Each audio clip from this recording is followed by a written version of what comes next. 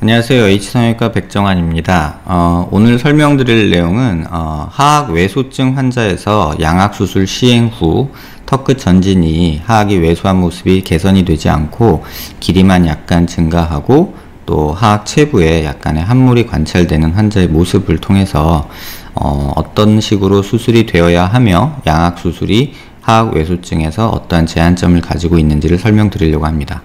먼저 정면에서 보시면 양악 수술 시에 삽입된 이러한 니은자 플레이트가 관찰이 되고요. 턱끝은 4구와 2구 플레이트가 사용이 돼서 전진이 이루어진 모습을 볼 수 있습니다. 또 측면에서 보시면 양악 수술 후에 하악의 고정을 위해서 삽입된 플레이트와 또 이 양악 피질골과 안쪽 뼈를 고정하기 위해서 삽입된 이 레그 스크류가 관찰이 됩니다. 이 환자의 측면을 보시면 조금 특징적인 모습이 관찰이 되는데요. 제가 일전에 말씀드린 바와 같이 하악 외소증은 이 콘다일 하이트라고 해서 이 길이가 상당히 짧은 모습을 관찰할 수 있고 하악각은 약간 후방으로 가는 경향이 있고 여기에 함몰이 이렇게 있는 경우가 많다고 말씀을 드렸는데 양악 수술 후에 이렇게 하악각은 약간 절제가 돼서 하악각이 이렇게 있는 듯이 보이지만 실제로는 여기는 좀 함몰로 나타나게 되고요. 또 하나는 이렇게 전진이 되지만 실제 전진되는 양보다는 약간 로테이션이 일어나면서 길이만 약간 드러난 양상이 길이만 길어진 양상이 나타나고요. 또 이 부위에 연부 조직에서 약간의 함몰이 관찰돼서 전진이 좀 효과적으로 이루어지지 않는 그런 단점이 관찰이 됩니다. 약간 이렇게 고개를 숙여서 보면 턱끝은 전진이 어느 정도 조금은 돼서 이렇게 전진된 모양이 나타나지만 이 부위는 오히려 함몰이 이런 식으로 오목하게 있고 또 이 환자의 경우는 약간 특징적으로 좀 삐뚤게 된 모양이 있는데요. 환자의 경우는 약간의 비대칭도 있습니다. 이렇게 두개골을 중심으로 조금 보게 되면요. 제가 정렬을 정확하게 해놓았음에도 불구하고 두개골 뒤쪽이 약간 이쪽이 뒤로 가 있고요. 또 이쪽은 약간 앞으로 튀어나온 양상이 관찰이 됩니다.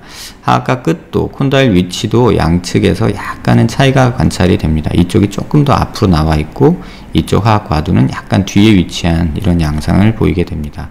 이건 안면 비대칭 때문에 생긴 현상이고요. 이 환자의 경우에 조금 고개를 숙인 채로 실제 연부 조직의 모습을 좀 보면요. 피부사에서 드러나는 겉모습에서는 이 부위의 함몰이 특징적으로 관찰이 되게 됩니다. 이 부위에 함몰이 있고 전진돼서 앞으로 나온 양상이 있지만 사실을 보면 이렇게 약간 울퉁불퉁한 모습이 보이는데 이건 뼈가 전진이 된 것이 아니라 플레이트가 만져지는 이런 현상이 관찰이 되고 있습니다. 그래서 이 환자를 조금 더 턱을 자세히 보기 위해서 제가 조금 미리 작업을 해놨는데요. 이런 식으로 두개골을 불필요한 부분을 조금 없애고요. 이렇게 턱만 보기 위해서 이렇게 자르는 작업을 할 수가 있습니다. 그래서 턱만 조금 자세히 보게 이런 식으로 조금씩 다듬어서 불필요한 부분을 없애고 나면요. 이렇게 턱만 자세히 볼 수가 있는데 이 환자의 턱을 조금 크게 보면서 자세히 설명드리도록 하겠습니다. 이렇게 정렬을 해놓은 상태에서 정면의 모습을 보시면 조금 더 확대해 볼까요? 이렇게 삽입된 플레이트가 정확하게 관찰이 되고 이 옆면에서 측면에서 보시면 조금 더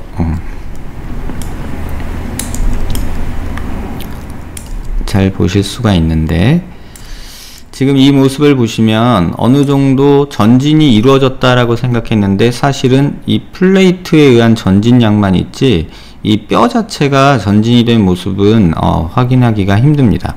이걸 조금 더 자세히 보려면 이렇게 플레이트를 자세히 보기 위한 음영으로 바꿀 수가 있는데요. 지금 이 플레이트가 전진을 위해서 삽입된 플레이트가 이렇게 있음에도 불구하고 여기가 빈 모습을 볼 수 있습니다. 다시 말하면 여기가 뼈로 채워져 있어야 되는 부위인데 사실은 전진된 뼈가 이렇게 앞으로 나와 있지 않고 밑으로 약간 떨어지면서 이 방향으로 회전한 듯이 보이게 됩니다. 플레이트 전진량을 보기 위해서 이 플레이트, 사용된 플레이트의 길이를 좀 재보면요. 여기서부터 여기까지 대략 한 8mm 정도 플레이트, 전진 플레이트가 사용된 듯 합니다. 근데 이 8mm 전진된 플레이트가 사실은 8mm가 효과가 안 나타나고 있는 거죠. 그래서 이러한 식의 어떤 전진이 일반적으로 시행이 되고 있지만 사실 효과적이지 못한 이유는 요 사진을 통해서 설명을 드리겠습니다. 턱 끝에는 정상적으로 이렇게 설골과 붙어 있는 이 빨간 근육이 있게 되는데요. 이쪽 사진에서, 오른쪽 사진에서 요 근육인데요. 이런 근육들이 설골에 붙어 있게 됩니다. 이걸 설골이라고 하는데요. 그래서 턱 끝과 지니오라는 단어가 턱 끝이라는 뜻이고요. 이 설골, 하이오이드 본이라고 해서 설골이라고 저희가 표현을 하는데, 이 지니오 하이오이드 머슬에 의해서 이 하방으로 또 아래 방향으로 또 뒷방향으로 이렇게 턱 끝이 당겨지게 됩니다. 그런데 이게 절골이 돼서 앞으로 전진술을 시행하게 되면 전진되는 방향은 이 방향인데요.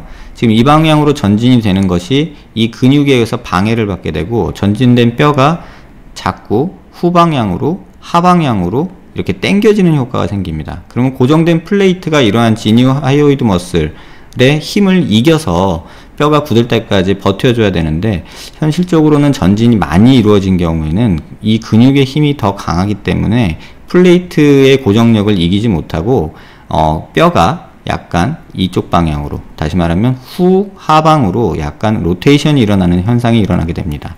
그래서 앞서 그 CT에서도 보셨다시피 이런 식의 고정이 이루어졌음에도 불구하고 실제로는 후하방으로 돌아가서 전진의 양은 거의 없고, 지금 이 뼈의 이 위치에서 전진된 뼈의 양은 불과 한 2-3mm 정도 될까 말까 하는 정도로 전진은 거의 이루어지지 않은 모습을 볼 수 있습니다.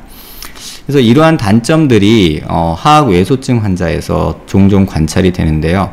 턱끝 전진술 후에, 수술 직후에 찍은 사진에서는 굉장히 나이스한 결과를 보일 수 있지만, 이 지니오 하이오이드 머슬에 의해서 이 뼈가 후방, 하방으로 이동된 채로 고정이 돼서 전진의 효과는 나타나지 않고 길이만 길어지는 효과가 종종 나타나게 됩니다. 그래서 이 환자에서 수술은 왼편에 보이시는 게 수술 전의 모습이고요. 제가 이제 재건 수술을 하면서 재건을 해놨던 모습을 우측편에서 보실 수 있습니다. 그래서 양측 사진을 조금 비교하면서 설명드릴 텐데요.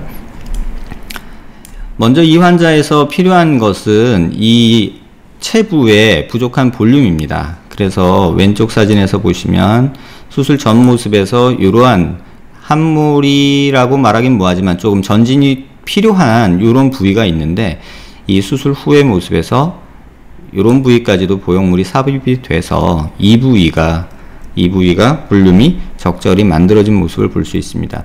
그러니까 너브가 나오는 바로 밑부분인데, 사실 여기는 지금 이렇게 비어 있지만 수술 후에는 이렇게 매끈하게 이렇게 볼륨이 만들어진 모습을 볼 수 있습니다. 그 다음은 측면 전진 모습인데요. 측면의 모습을 좀 보시면 수술 전에는 전진량이 플레이트에 의해서 전진이 만들어진 것밖에 없었는데, 수술할 때 보형물을 앞으로 전진을 시켜서 지금 뼈 길이는 거의 늘어나지 않고 이만큼을 전진을 시켜서 수술 후에 보형물로 이쪽을 감싸주는 내용이고요. 하악각은 환자분이 많이 만들기를 원치 않으셔서 일정 부분 한 3-4mm 정도만 만들어준 모습입니다. 이 환자의 수술에서 가장 중요했던 부분이 사실 이 부분과 전진의 양을 만들어주는 부분이었는데요. 이 부분은 사실은 보형물이 이렇게 뒤까지 이렇게 큼지막하게 들어가기가 솔직히 쉽지 않거든요. 일반 실리콘 보형물로는 힘들고, 또 양악수술이나 어떤 절골을 통한 전진술로는 이쪽 부분은 뼈가 없기 때문에, 작기 때문에 어떻게 수술할 수 없는 부위였습니다. 지금 이렇게 보시면 지금 수술 후의 모습에서 이쪽에 볼륨이 이런 식으로 넉넉하게 만들어진 모습을 볼 수 있습니다. 정면 사진에서 다시 한번 말씀을 드리면, 반대쪽 측면에서도 마찬가지 똑같은 결과를 보일 수 있는데요. 이런 플레이트가 삽입돼서 고정을 이렇게 단단하게 했음에도 불구하고 지니오 하이오이드 머슬에 의해서 당겨지는 풀링 효과가 굉장히 크기 때문에, 이런 환자들에 있어서, 하악 외소증에 있어서 턱끝 전진술은 어느 정도는 제한이 있는 것 아닌가라는 생각이 듭니다. 욕심껏 많이 8mm 정도 전진을 시키고 싶었지만 실제 수술 결과에서는 그렇지 못한 모습을 보이고 있고요. 반대측에서 보시더라도 똑같이 전진은 안 돼 있고 이 체부와 하악각 부위의 부족한 모습만 관찰이 됩니다. 그래서 하악각을 조금 만들어 줬고요.